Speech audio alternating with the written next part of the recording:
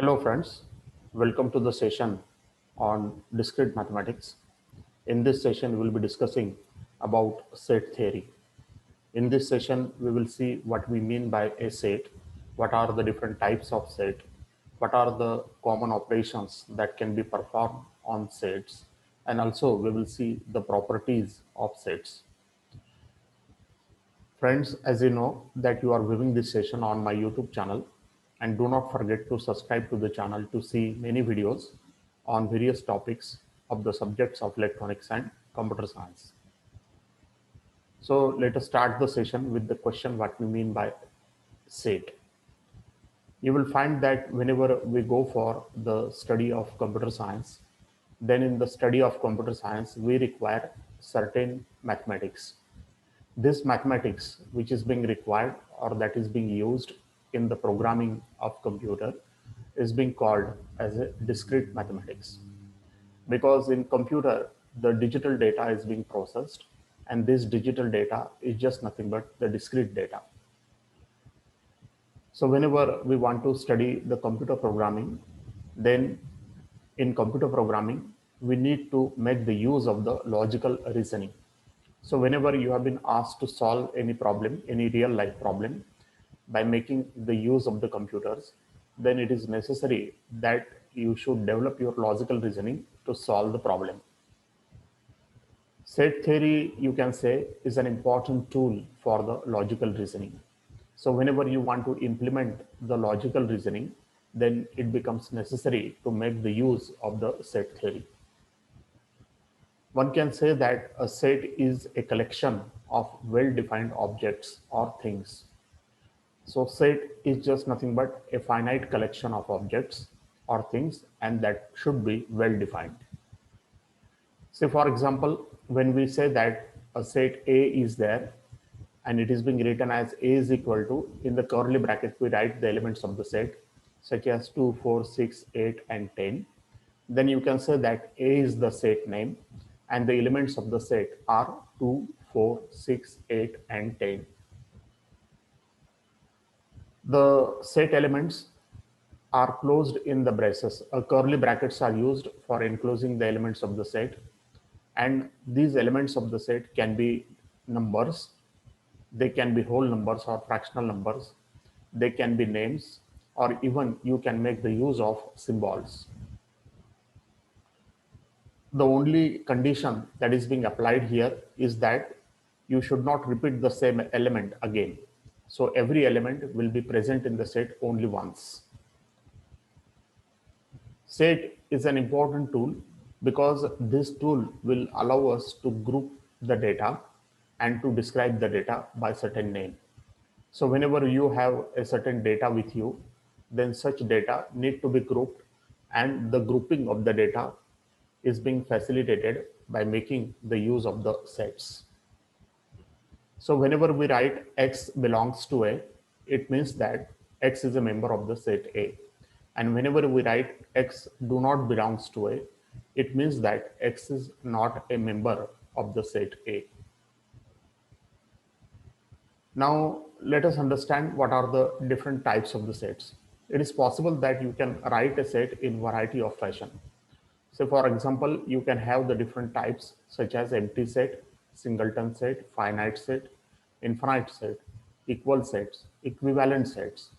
Then also you can have the universal set, subset, proper subset, superset, proper superset, and power set. So you can say that these are the different types of the sets. So we will go for the definition of the each type of the set. So empty set is a set when there are no elements in the set. So such set is being called as an empty set, or many times we call it as a null set. And the symbol phi is being used to represent such set. A singleton set is a set in which we can say that there will be only one element in the set. And such a set is being also called as a unit set. So for example, if I write A is equal to, in the curly bracket, only the number 8, then this becomes the singleton set. A finite set, you can say, is a set when there are definite number of elements and this set is being called as a finite set. So for example, when we write A is equal to in the curly bracket 1, 3, 5, 7, then we know that there are 4 elements in the set and therefore such set can be called as a finite set.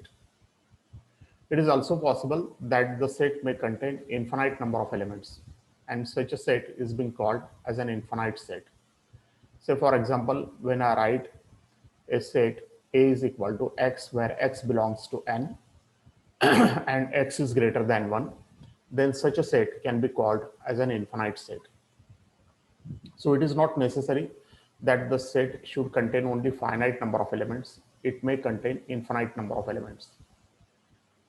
The two sets can be equal to each other if they contain same elements. So for example, if the set A contains the elements 1, 2, and 3, and the set B contains the elements 2, 1, and 3, then you can say that the elements are same even though their sequence is different. Such set can be called as an equal sets. The two sets can be called as an equivalent set if the number of elements that is being called as a cardinality of the set is the same. Say for example, if A is equal to 1, 2, 3 and B is equal to 4, 5, 6, then one can easily observe that the elements are different, but the number of elements are 3 in both the sets, and therefore you can say that A and B are the equivalent set. We can have a universal set, and such set is a collection of elements in particular context. Say for example, when we think of a set of all the animals on the earth, then this can be called as a universal set. When the elements of the set Y are in the set X, then we can say that Y is a subset of X. And we normally make the use of this symbol to represent the subset. Say for example, if X is containing the elements 1, 2, 3, and 4, and Y is containing the elements 1 and 2, then one can easily observe that the elements of Y are in the set X, and therefore you can say that Y is a subset of X. There is another concept called as a proper subset.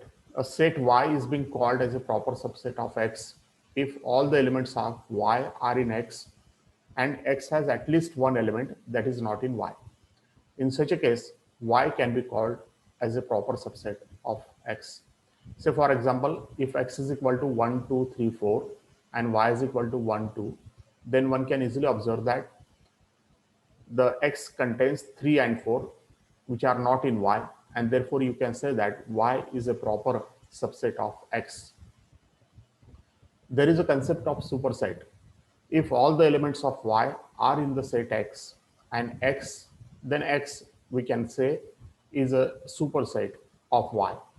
So for example, when we write X is equal to 1, 2, 3, 4 and Y is equal to the symbols or elements 1 and 2, then one can easily observe that all the elements of Y are in the X, and therefore you can say that X is a superset of Y. There is another concept called as a proper superset. A set Y is to be called as a proper superset of X if all the elements of X are in Y and Y has at least one element that is not in X. So for example, if Y is equal to 1, 2, 3, 4 and X is equal to 1, 2, then you can say that Y is a proper superset of X. There is another concept called as a power set. Power set is a set of all subsets, including the empty set and the set itself.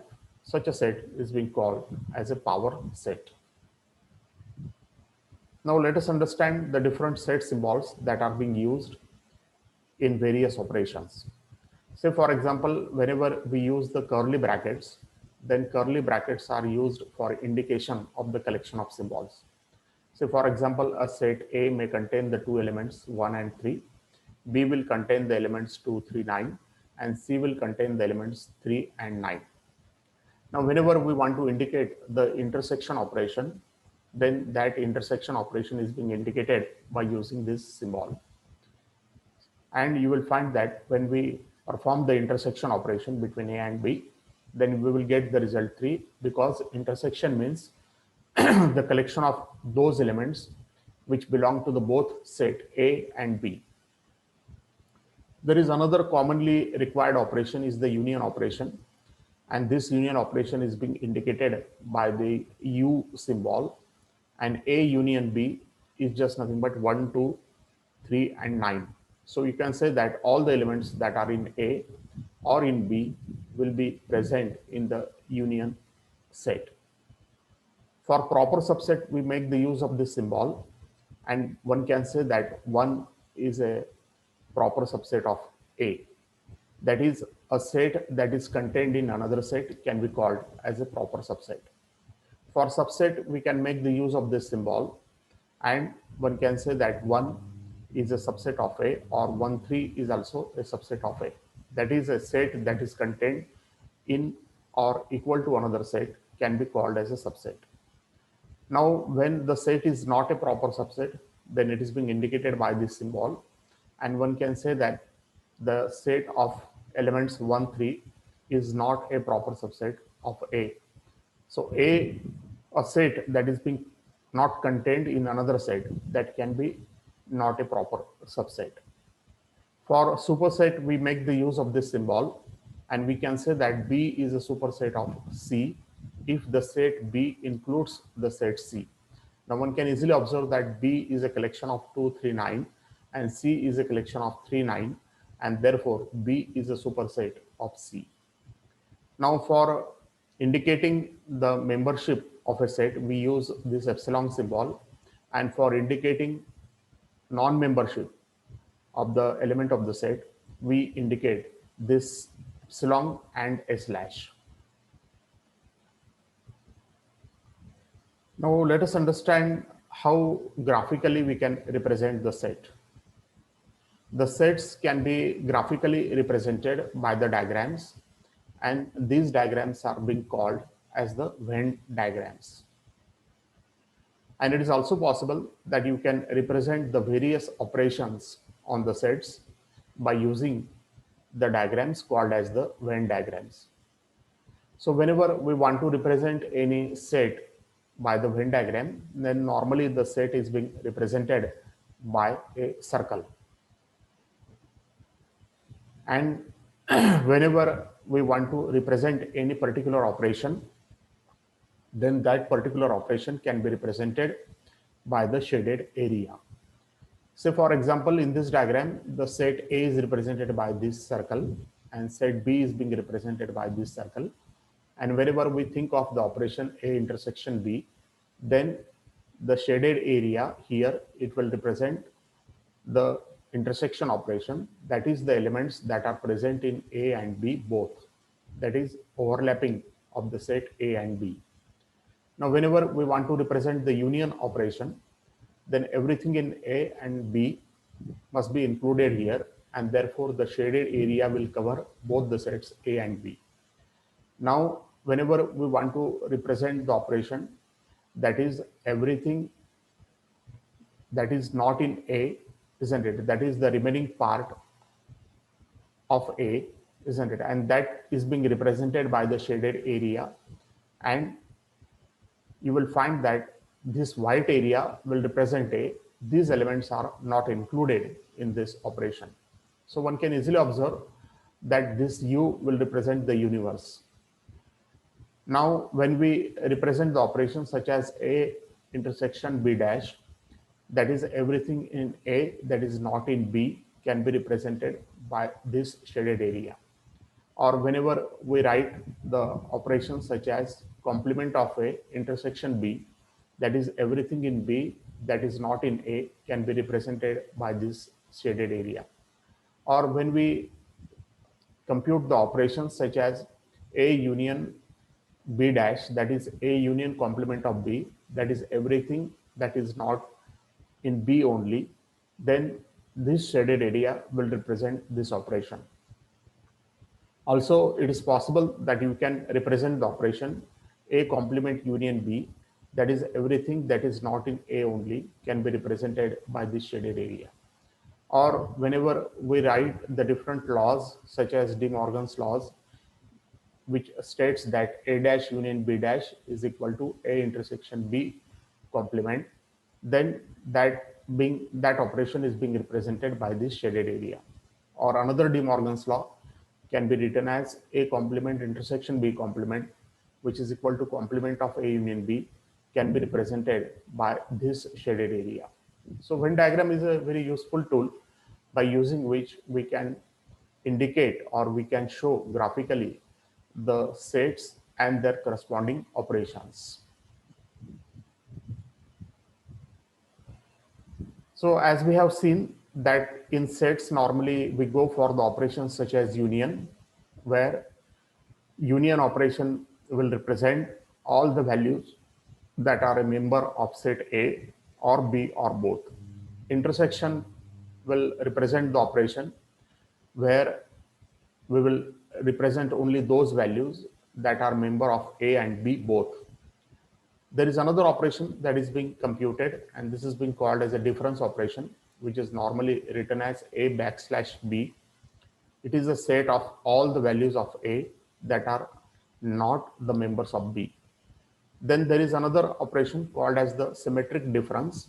And for symmetric difference, we use the symbol triangle. And this is the set of all the values which are in one of the sets, but not in both. So one can easily observe that by using the shaded area, we can represent the corresponding operation. Say, for example, we have been given a set A, where set A is equal to 1, 2, 4, and 18, and we have defined the set B as shown here, x, where x is an integer. Then we can have a collection of A union B, and the collection of A union B can be written as 1, 2, 4, 5, and 18. And whenever we compute the intersection of A and B, then we will get the values 1, 2, and 4 only. It is also possible that you can define the set in such a fashion that set X is equal to the collection of element X, where X belongs to R real number, where the value of X is from 0 to 1. And T is another set, is a collection of elements where X belongs to R, and the value of X is greater than or equal to 0.5 and less than 7. And in such a case, we can define this union operation S union T, which is just nothing but the collection of all elements which are in the range of 0 to 7. And S intersection T is a collection of all elements which are in the range of 0.5 to 1. Now, when we have X is equal to BC, B, C, and B, and Y is equal to ABC, then X intersection Y can be equal to B only. And X union Y will collect all the elements, will have all the elements such as ABC, BC, B, and C. So through these examples, it is quite easy for us to understand how exactly the set operations are performed. This is another example. Suppose we have the collection of A is equal to 1 to 418 and B is equal to the set of element X, where X belongs to the integer where the value of X is in the range of 0 to 5. Then the difference operation A backslash B is equal to 18 only. And the difference operation B backslash A is equal to 3, 5. So one can easily observe that both the operations will not give the same result. And when we compute the symmetrical difference, A triangle B, then this is equal to 3, 5, and 18. Similarly, when we have the set S, where it is a collection of elements of all real numbers in the range of 0 to 1, and T is a collection of elements of all real numbers in the range of 0.5 to 7, then the difference S slash T, S backslash T can be written as the collection of all the elements which are in the range of 0 to 0.5. and T slash S will be the collection of elements in the range of 1 to 7. Similarly, if X is equal to BC, B, C and B and Y is equal to ABC, then X backslash Y is equal to, or X difference Y is equal to BC, B, C and Y difference X will be equal to AC. And the symmetrical difference X symmetrical difference Y, X triangle Y will be equal to AC, BC, B and C. So these are certain properties of the sets. Suppose we have been given the sets ABC and S is the universal set and the empty set is being represented by phi. Then the first property that is being held is the commutative property.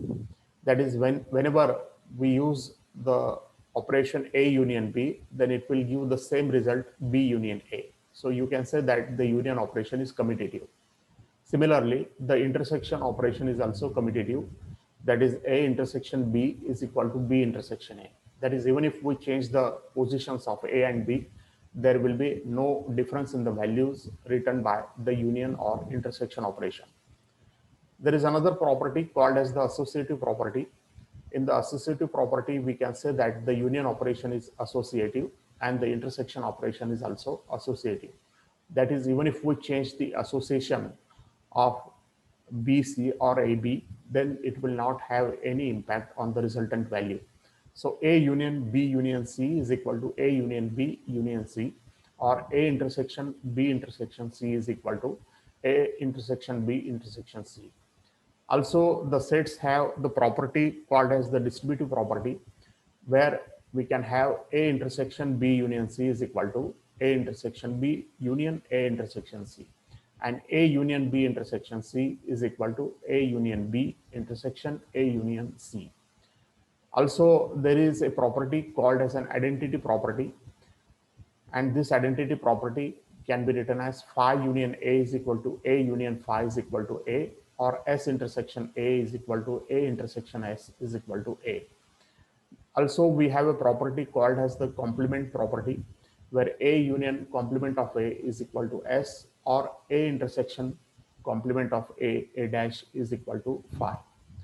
So one can easily observe that these are the common properties held by the sets. So through these properties, we can understand that union and intersection operations are commutative, that is, their positions can be interchanged. These operations are also distributive, that is, it is possible to distribute the union and intersection operation. Also, we have the identity properties and complement properties for the sets. So thank you, friends, for viewing the session. Hopefully you have understood what we mean by the set, how to define a set, and how to perform union, intersection, and difference operations on the sets. Thank you all for viewing the session.